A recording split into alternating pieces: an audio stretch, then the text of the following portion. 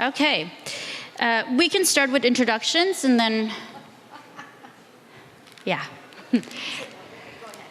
All right, let's start with introductions. Sharon, would you like to start introducing? Just a quick. Okay, hi, I'm Sharon, Vosmek, CEO of Astia. Hi, I'm Lesa Mitchell. I'm tied to Marion Ventures, Instigating, and other things. Really loud voice. Lesa Mitchell, former Kauffman, funded this kind of work forever, tied to Marion Ventures and Instigating and Co. I'm Nancy Hayes, Managing Director of Golden Seeds, which is a national angel group focused on investing in companies with diverse management teams, focused on women in particular. My name is Jenn Viane Riese. I'm an angel investor with Pipeline Fellowship, which is a boot camp for women, angel investing boot camp for women. And I'm going to go again because my mic wasn't on. I'm Sharon Vosmek, CEO of Astia and member of Astia Angels. We invest in and work with women-led high-growth companies. Awesome. So before we start with the panel and the questions, just to get a feel of the audience, how many are VCs right now in the audience? Any VCs? No. Corporate LPs? Angels? Entrepreneurs? Founders? Yay, okay, startup. All right, okay.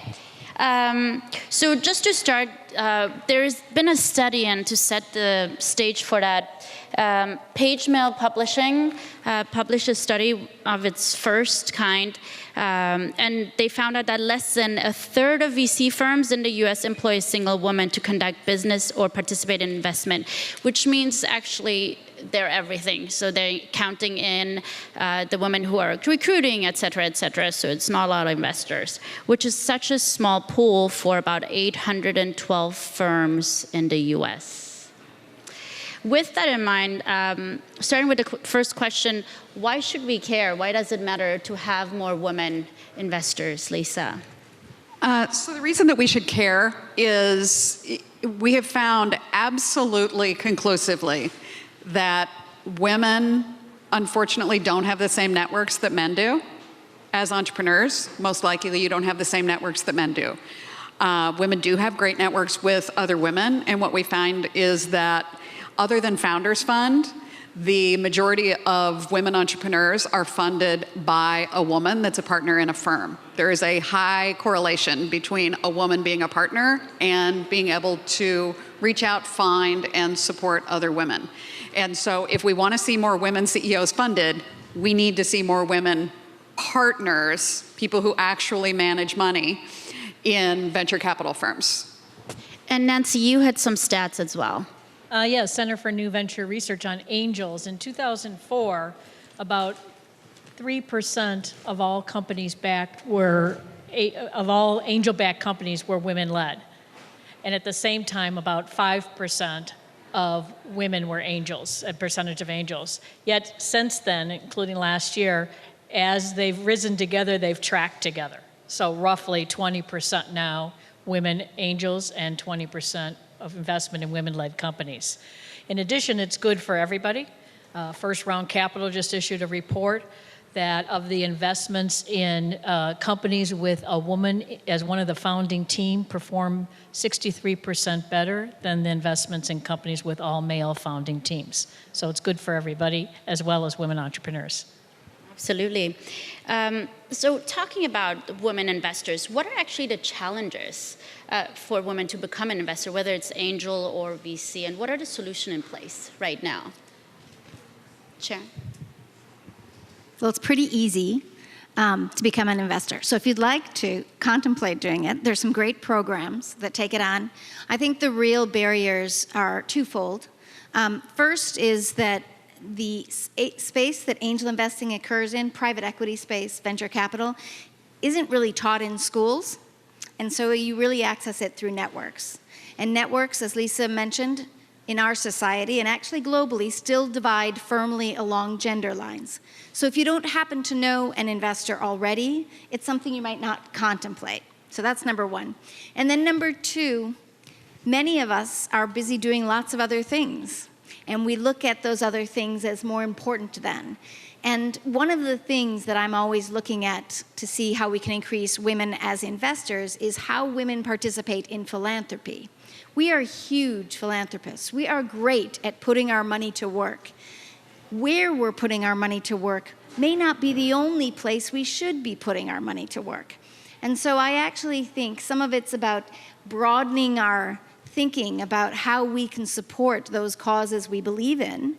In my case, I believe deeply in medical innovations, and I can achieve that both through investing and philanthropy. And so kind of redefining the work that is investing as a means of having greater impact, I think would allow more women in. Nancy, any thoughts? What we're doing about it is trying to first build awareness, as Sharon mentioned. You know, if you're busy in a corporate job as the head of marketing for a corporation, you likely are not very familiar with angel investing, have not heard about it, and as Sharon pointed out, don't know anyone who really does it. And also, you might think it's not for you because it's this vague, complex topic, yet the SEC guidelines for an accredited investor are reachable by many people. And in fact, it's viewed that less than 5% of the women who could be accredited investors have actually ever made an investment. And so a lot of it is building awareness of people, and also the fact that women in particular love to help. And one of the great things an angel can do is also help a company through specialty focus that you might have or through your expertise. So that's another big area. Anybody else? Any thoughts? Yeah, you know, you don't wake up one day and say, I want to be a VC, and then tomorrow it happens. I mean, the traditional route of doing that is that you're going to school for a degree in finance, you're getting your MBA, and then you're interning for a VC firm and putting in your dues for several years, and then hopefully, you know, kind of clawing your way to the top, I like to say. You know, for me, I don't have a background in finance. I have a background in marketing and business development, but one day I did wake up and I said, I want to be an angel investor, because I was on the other side of the table as a startup founder and doing a bunch of pitch summits and a bunch of accelerator programs and competitions. The judges were always men, and it always seemed to be the same type of man. And I just thought, how come I'm not on the other side of the table, right? But the way to get there was not very clear for me, because as these women have already said, it's kind of a convoluted, vague process. So I happen to have found Pipeline Fellowship. It's an angel investing boot camp for women. It's a 6-month program. We're in 23 cities around the US. And we train high net worth women, or women who meet the SEC IRS minimum guidelines to become an investor. We do everything from book smart training to how to read a P&L, how to do due diligence, how to do evaluation, to actual application. We do a group investment together in a female-founded social business. And kind of the things in between that you're not going to get in business school. So things like, how did you feel about that founder? You know, are you confident in her ability to grow this company? So, you know, a solution for Pipeline is to look at organizations like Pipeline Fellowship that are training women like you and I, women who didn't go to business school, who want to be putting our money, our philanthropy dollars into more action, look at organizations like Pipeline, and then also look at who Pipeline funds. And, you know, as a female entrepreneur, there's many of you out there, you know, angel investing can be any amount of money, and for Pipeline, we are sort of that, the start of it right after you're doing your friends and family round. So a solution is look at these organizations that are really starting from the ground up. Sure. You wanted me to touch on? So I love the Pipeline Fellows program, and you should make sure to check it out. And then I always feel like I'm doing a commercial for Astia, but we have training this week as well. So I'll mention it.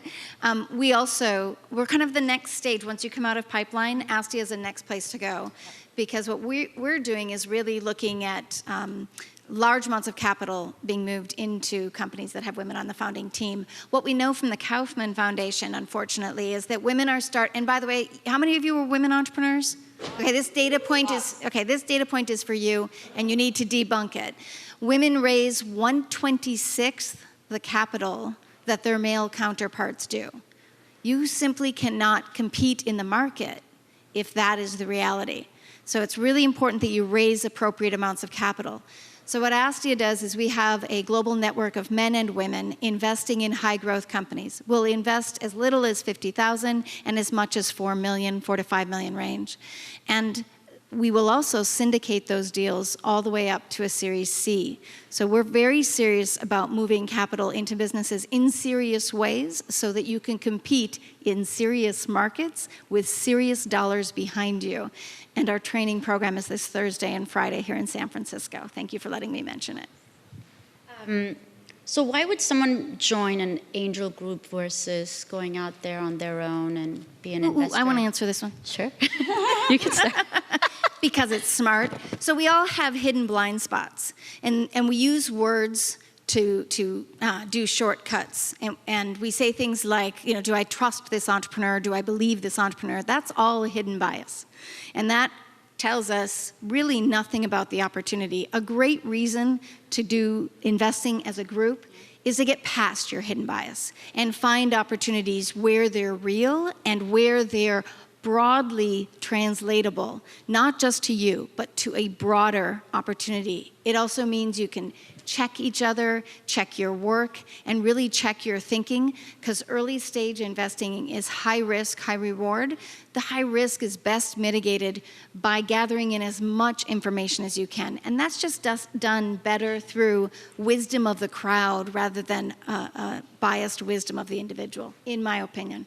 And I want to actually add to that as well. When you invest within a group, you can get other investors to invest into your startup as well. So there's a better chance for that, that startup to actually raise the amount they need as a group as well. So I think. Although there are individuals that can write massive checks, and they're going to end up in this same dilemma that I'm describing, which I don't think it serves you, the entrepreneur, well either, to have just that individual. That's not, to me, the validation you require to really scale your business. Nasiri? I think there's quite a few reasons to join an angel group, especially when you're just getting started, as opposed to striking out an individual. One is deal flow. How are you going to meet all these potential entrepreneurs? And if you're in a group, there's a broader chance of you getting to see a wide array of companies. The other is education, by learning from the other fellow angels as they discuss. And the third really is to help you with due diligence. Something is a logistics play that's not your background. There might be another member in the group or someone else in the group has access to that can help you. So all this makes it stronger, and then it helps you, frankly, with your professional colleagues. You're meeting other members who have similar interests to you, and it broadens your personal and professional reach as well. Great. The next question is all about your programs. Basically, are you conscious about investing in women, minorities? Why not? You as an individual. Yes, I'm pretty sure everybody up here feels the same way, that the answer is yes. I mean, we know, we hear from other venture firms that there are no women founders out there. And if there were, they would know who they are. And that's just bullshit. And I'm sure you all know that. And so, the opportunity that you have with Marion, with Astia, with a lot of the other firms that are out there now, is they are solely interested in investing in teams that have a woman on the founding team. And they're going to do everything to make you successful. And the reason that they are solely interested in doing that, frankly, is there's a belief that we can make a lot of money. Because everybody else is turning you down, you're not even going to get in the door. And so we open the door to more women founders and make them successful, just as we've seen through the Founders Fund data set. People are going to make more money. And so I think we will start to see more firms. I think Jennifer, even at Aspect Ventures, even though they're not focused on funding women, it turns out 40% of their portfolio are women. So if you're an entrepreneur and you're looking for funding, I think the message to you is, if you find a firm that has women that are partners, the more likelihood that you're going to get in the door is definitely high. Well, I would love to even take that a step further. Nancy had mentioned earlier that 20% of, less than 20% of angel investors in 2014 were women. It's actually less than 8% are women of color.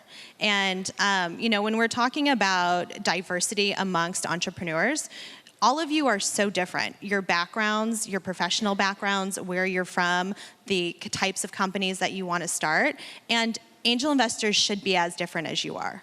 You should be able to pitch to a panel and look at that panel and say, you know what, somebody on there can relate to me. Right? Whether it's a woman thing, whether it's a background thing, whether you're a woman of color or whatnot. You are so different, so investors should be as different. You shouldn't have to be sitting at a table with 5 white 60-year-old men who absolutely cannot relate to you at all, whether it's your company or you personally. So, you know, for Pipeline, we are about not just diversifying and having more women angel investors, but really changing that face of angel investors and getting a lot more women of color. Nancy, anything? At Golden Seeds, we focus on, as I mentioned, diverse management teams with an emphasis on having at least one woman in a lead role on the team and having a significant percentage of the equity. So I've made personal investments in a number of companies, everything from 2 female founders, 1 female founder, 1 guy CEO, woman the genius CTO with all the patents. But for the most part, the woman or women are in a lead role, and we think it shows the results. And we think actually our members, who are both men and women, but a high percentage of women, have really been able to help these companies with their resources, and the relationship, the ongoing personal relationship, is very much valued by the entrepreneurs in particular, because they're getting much more than the dollar. Seppi, but a comment I would love to make, knowing that this is going to go on video forever, is That's good to know. the biggest problem that venture firms with women partners, or even people of color of any kind, have in raising money is getting access to limited partners who will write them checks. And the reality of the world that we're living in today is that whether you are a private foundation or, you know, other kinds of high net worth individuals, there essentially has not been a great interest in trying to change the face of the investment community. And I think until there is significant personal reason or professional reason, I was hoping the Founders Fund data might help, but until you see that happen differently, I think we're still going to continue to struggle. And just to kind of translate that to you entrepreneurs, because I'm very sensitive to the fact that limited partners are the lifeblood of kind of what we're doing, but you may not realize limited partners are those who fund the venture funds. They tend to be large pensions like CalPERS and CalSTRS, family offices, those with large assets that are investing in alternative assets as a class, and then some subset they're going to put into venture. And what Lesa is alluding to is a really interesting disconnect in the market between the data and what's being demanded at the source of the funding. So what we know is that women-led hedge funds, for example, have outperformed male-led hedge funds substantially. And yet when you talk to the LP pool, which is where the money comes from for those hedge funds, you haven't seen them increase their allocation to women-led hedge funds. Quite the opposite. You actually almost see a retrenchment back into the groups we've invested in before because we know them and we understand them and they speak like we do. There are some important shifts happening at the level of what I call the high level pensions. CalSTRS, CalPERS have some phenomenal programs for their emerging managers and for those funds that really are going to seek out minority and women-led entrepreneurs. But they're the exception, not the rule. And I would also highlight that Silicon Valley is years behind the rest of the country on this conversation. For sure. Thank you.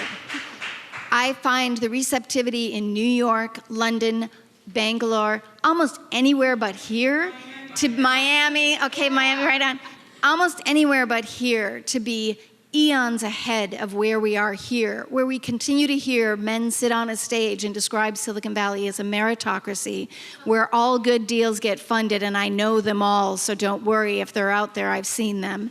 And I have no hidden bias. I'm just going to fund whatever looks good, in spite of the research that yet again shows that if you are white male, you are 63% more likely to secure funding all other things being equal.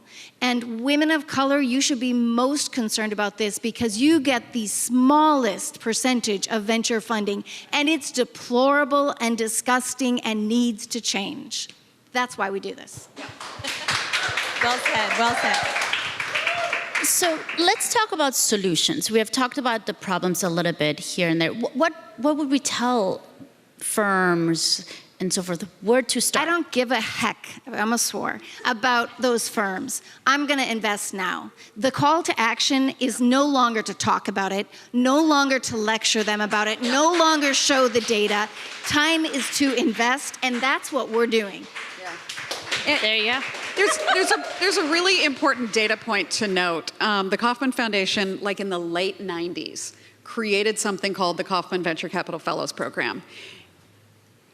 In the documentation that was put together for that program, it was created to take career executives out of industry and put them into venture capital so that we could get expertise in tech, et cetera, specifically focused on women and underrepresented communities. This has been going on since the late 90s. We have been talking about bringing people, that's my point, into this community. And so, to highlight Sharon's comment, we can't talk about it anymore. We need to find investors out there that are interested in investing. There's no more data that we need. We have funded every piece of research on this topic known to man. So we need to find people that are going to invest. We need to highlight them. We need to highlight the successful companies that aren't white men. And give them, and frankly, the media is desperate for it, as Sharon knows. We get phone calls every week from Inc. magazine or Entrepreneur magazine or whoever. Please tell me, please tell me any people of color or women entrepreneurs that are successful that we could put on the front of our magazine. I'm not kidding you. And so it's a real, I realize, access problem on both sides that things like Tech Inclusion, Platform, other conferences, I think, are helping to address and building new networks of people. Well, we're never going to change the old boys club, and we shouldn't expect them to change. So, that's why we're creating things on our own and moving things forward. Sharon, you had mentioned Silicon Valley is far behind. Pipeline is launching a Silicon Valley cohort because we have had our San Francisco Bay Area cohort for the past few years. But I told Natalia, our founder, you got to move one to Silicon Valley because the conversation's happening, but there's no action. There's no action where the rubber meets the road.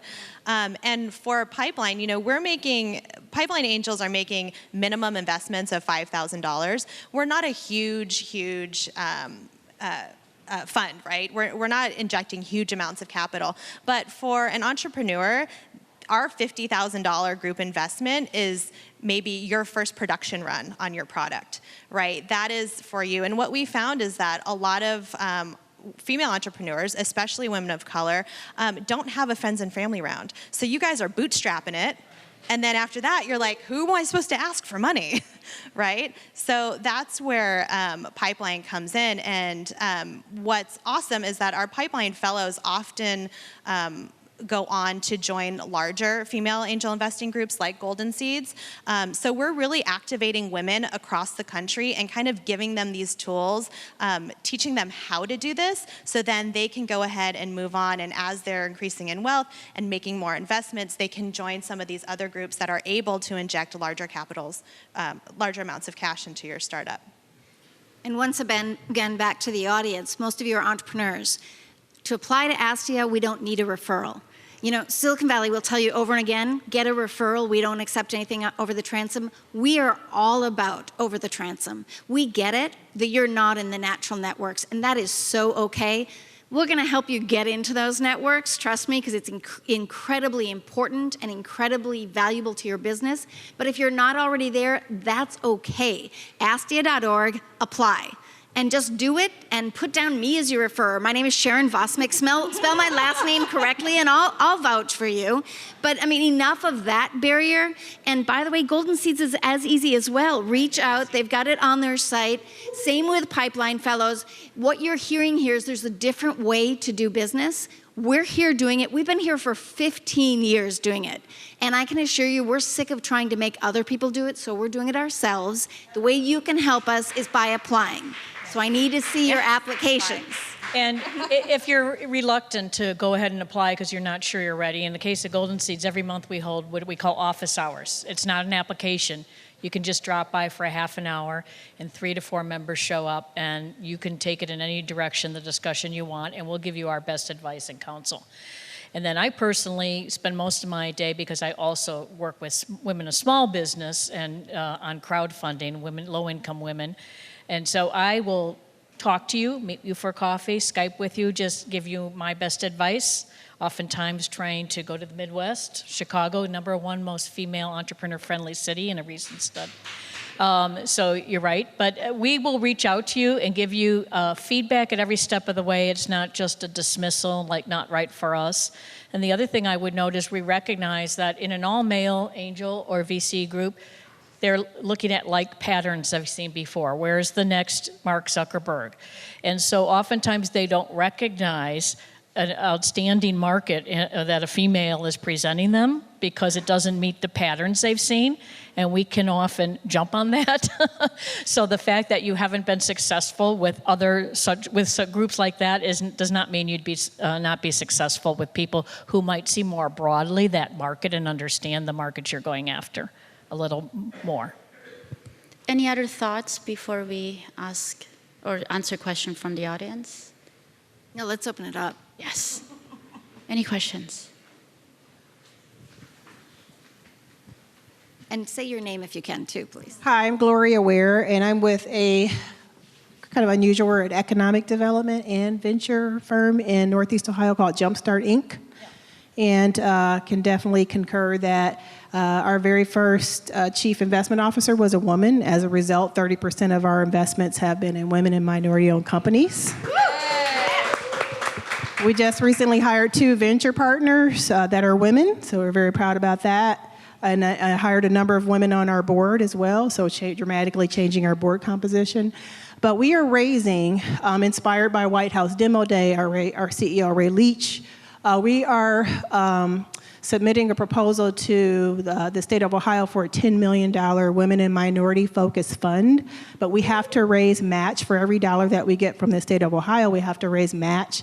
And that's kind of a challenge that I'm having right now, is trying to find that match. We are willing to make an investment of some of our dollars into that as well, but our goal is for this to be a proof of concept fund, something that will inspire other funds across the country to do this type of work on a large scale. So I guess I'm just looking for resources to, we've made a lot of calls, I've been smiling down for the last 3 weeks. So I'm looking for guidance and help on where I could find that match. So you're raising a $10 million fund, or you're raising $10 million for a business? Sorry, A fund. For the fund. Yeah, to invest in women and minority-owned businesses. Fantastic. My best guidance, where we've had most traction with LPs, is actually family offices. Okay. And I don't know if you've spent much time with family offices, but you have some phenomenal ones right in your state.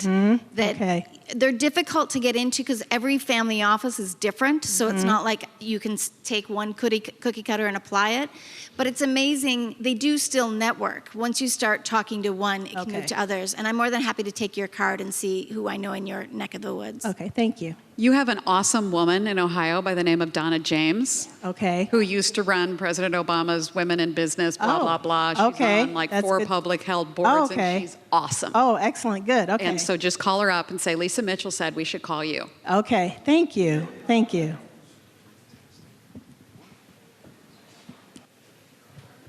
Hi, my name is Ramona Ortega. I'm the founder of My Money, My Future, and we're clearly dedicated to building wealth amongst women of color in particular. But I wanted to just note 2 things. One, I'm actually a securities attorney, so understanding the accredited investor and understanding the racial wealth gap in this country, it's not that women of color generally don't want to be angels. They literally cannot meet the criteria. And so I just published an article in TechCrunch around Reg A, and I'm wondering, sort of what you think this sort of opportunity is for now that individual investor or sort of individuals who don't meet that criteria can invest as a potential for maybe raising a different kind of fund or going through a different avenue. And then the other thing is that it's not always money. I think that a lot of times folks like myself who don't have a friends and family round, who don't have a 401k that I can draw $1 million from or even $50,000 from, need also people to pick up the phone. We need people that are mentors, because that is a lot of how that network works. So if there's also sort of, beyond the money is always important, but looking at people's decks and saying, hey, this is why we see what's going on here. I think that's actually a really important piece of this puzzle as well. I would do one slight, I loved everything you said, but there's one word in there that I really discourage women from using. Please don't ask anyone to mentor you. Ask for an advisor, ask for an investor. Do not let them take a hierarchy over you, because they will keep it and lord it over you. So I loved everything you said. You need a network. And in particular, the fastest path to angel is entrepreneurship. So what I'd like to do first and foremost is to make sure you as a person of color are a successful entrepreneur, and then let's get you that money so you can invest if you don't have it already. I think that's important, that one of the best sources of women angels right now is women who've successfully started and launched and exited a company.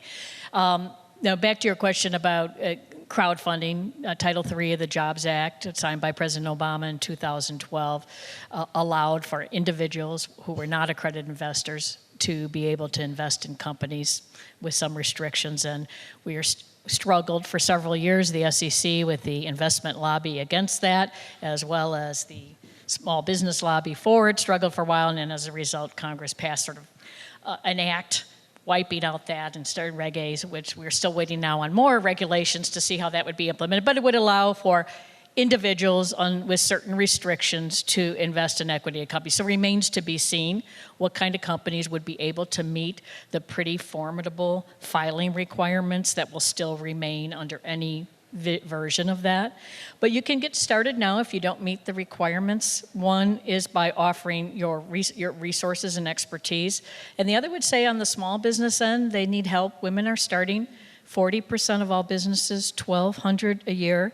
And women of color have grown 322% since 1997. Yet they give an even less percentage of funding from traditional bank loans than high growth firms do. And you can really be helpful by sponsoring women on Kiva Zip, which is a zero interest loan, and then helping get involved, or on some of the rewards crowdfunding sites where they're getting involved, because it's amazing the tremendous value you can give. And then you're learning more and more, and when you eventually meet with requirements, or when crowdfunding individual is eligible, you'll be able to do that. And I think you can get involved with an accelerator like Hermanos in San Jose for Latina business owners, would be great. I'm a survivor of the savings and loan crisis, so I'm not a fan of the Reg 8. I don't think everyone should be investing in private equity. That's just my 2 cents on it as an economist. You had mentioned just needing somebody to pick up the phone. I get that. I'm an entrepreneur as well, and sometimes you're just like, I don't even know where to go. I just need someone to tell me that I'm doing it right. Pipeline Fellowship, we have 23 cohorts across the country, and you can apply to pitch if you are at least one female founder or CEO, and you are a social business and you're for-profit. One of the wonderful things about our process and Pitch Summit is that you will be connected with the women in that cohort, and oftentimes we have companies that don't make it to the top 3 or don't get an offer for funding, but have connected with women in that group as advisors or as collaborators, or just open that door, whether it's for feedback or it's for professional advice or whatnot. So I would encourage you, if you have a female-founded for-profit social business, to look at Pipeline Fellowship to apply to pitch. Hello, ladies. I appreciate your energy, and I just want to say thank you. My name is Michael Hall. I'm the CEO and founder of Digital Grass, which is our diversity-led accelerator. I know, my team. And you brought your fan club. Yes, absolutely. Good. It's always good to have your people with you. It makes me look better when I'm not at my best, so it just works out. So the question I have is less of a question, but more of a challenge, not to put anybody on the spot. I was wondering, is it possible? There's about 3,763 groups in the state of Florida that are all led by men that have absolutely no idea what they're doing with the money that they have. They got most of their money for real estate. So what would it take to get all you ladies to just maybe come east of the Mississippi and do a demo day? I was in Florida the entire month of July, and I've been in Florida off and on for the past 5 to 10 years. And we didn't meet and go out. Yeah, That's we didn't horrible. meet, but we are going to meet. That's not so much of a challenge because you guys have some great investors that are investing in stupid shit. So let's Thank fix you. that. Yeah, That's what I really wanted to say, but it would have looked bad for me to say. It sounds so much better coming from you. So Lesa and I are on our flight. You just tell us when, Send the and invite. we'll be there. Okay, so I'll get the cars afterwards. Thank you. Join us too, ladies. Nancy? Pipeline Fellows there. Go ladies. Yeah. Because somebody has the money to invest doesn't mean they know what they're doing. And they absolutely don't. And the biggest thing we've women tried to want to know what explain- they're doing, so they search out the education. And that's the biggest thing we try to explain. Most of them are just guys with money from real estate, so they have absolutely no idea about technology.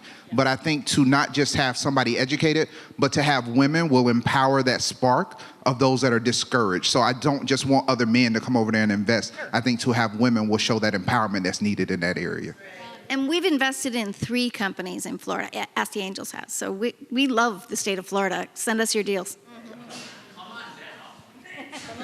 Or just apply. Hi, I'm Michelle Glauser. I've spent the last month running the I Look Like an Engineer billboard campaign. So I have full confidence that I look like an engineer. But if I were to move towards investing, being an investor or an entrepreneur, this is a weird question, would I have to dress up? Would I have to get rid of the t-shirts and jeans? No. Oh, goodness, no. You keep your style. It's yours. I think the only one that has the uniform are the Mark Zuckerberg wannabes. I mean, I think the hoodie and jeans is like so. What year is that Facebook started? So 2001. Yeah, but no, you can be who you are without any problem.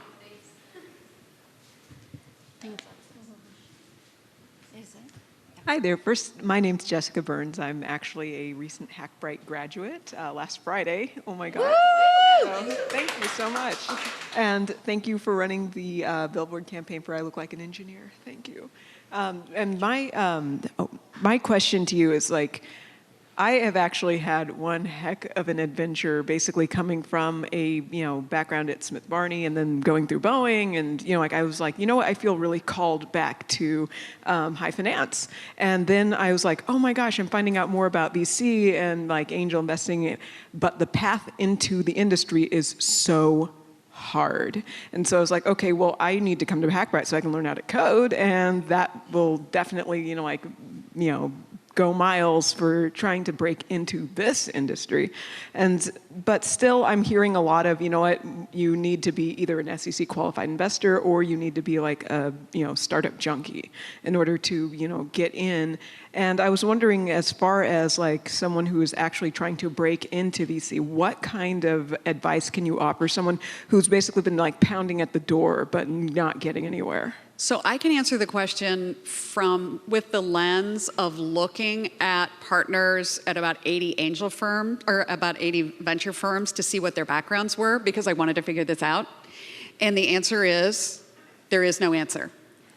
Unfortunately, half of them are engineers, half of them aren't. There's a significant number in the last 5 years of people who maybe were an entrepreneur for 3 years and then just suddenly became a VC the next day because they decided to. So that's super easy kind of for guys. I just decide I want to be a VC. Unfortunately, it doesn't really work for women, as you found. But I would say to you that the likelihood that every venture firm in the country really wants a woman partner is so high right now. Yeah. Yes. Yeah. And so you need to get yourself into the network. And Andreessen Horowitz has funded, which you should reach out to them and find out about this, but they have funded sending people who are interested in venture to a 2-day or 3-day Stanford program that is through the law school to learn how to become an investor. And they pay for people to go to that. And so I'd try to get yourself on that list is the first thing to do. But frankly, you also need to know that so many women, as I've said, through the Kauffman VC Fellows programs and others, have joined these venture firms and then they all leave. So I'm not quite sure you should be so excited about it as you are. Maybe joining a smaller firm might be safer, and making sure that you have some angel experience first before you do something know bad. that GPs have invested in their fund. So I'm always intrigued when people want to go into the career. You understand that to be a GP in a fund, you're going to bring in $2 to $5 million of your own, right? Right. So if you can do that, my answer to you as a woman, go do it, but find your own firm. Don't try and join these that exist. Create your own and build a larger fund with the right set of partners and with the right LPs. I mean, I don't think anyone should be banging on the doors of Sand Hill Road, quite honestly. I think you should be creating your own. Sorry, ladies, we are out of time, but if you have any other questions... You're really going to cut us off. But if you have any other questions, they'll be here. You can get their business cards, hopefully, and then carry on the conversation. Thank you so much. Thank you.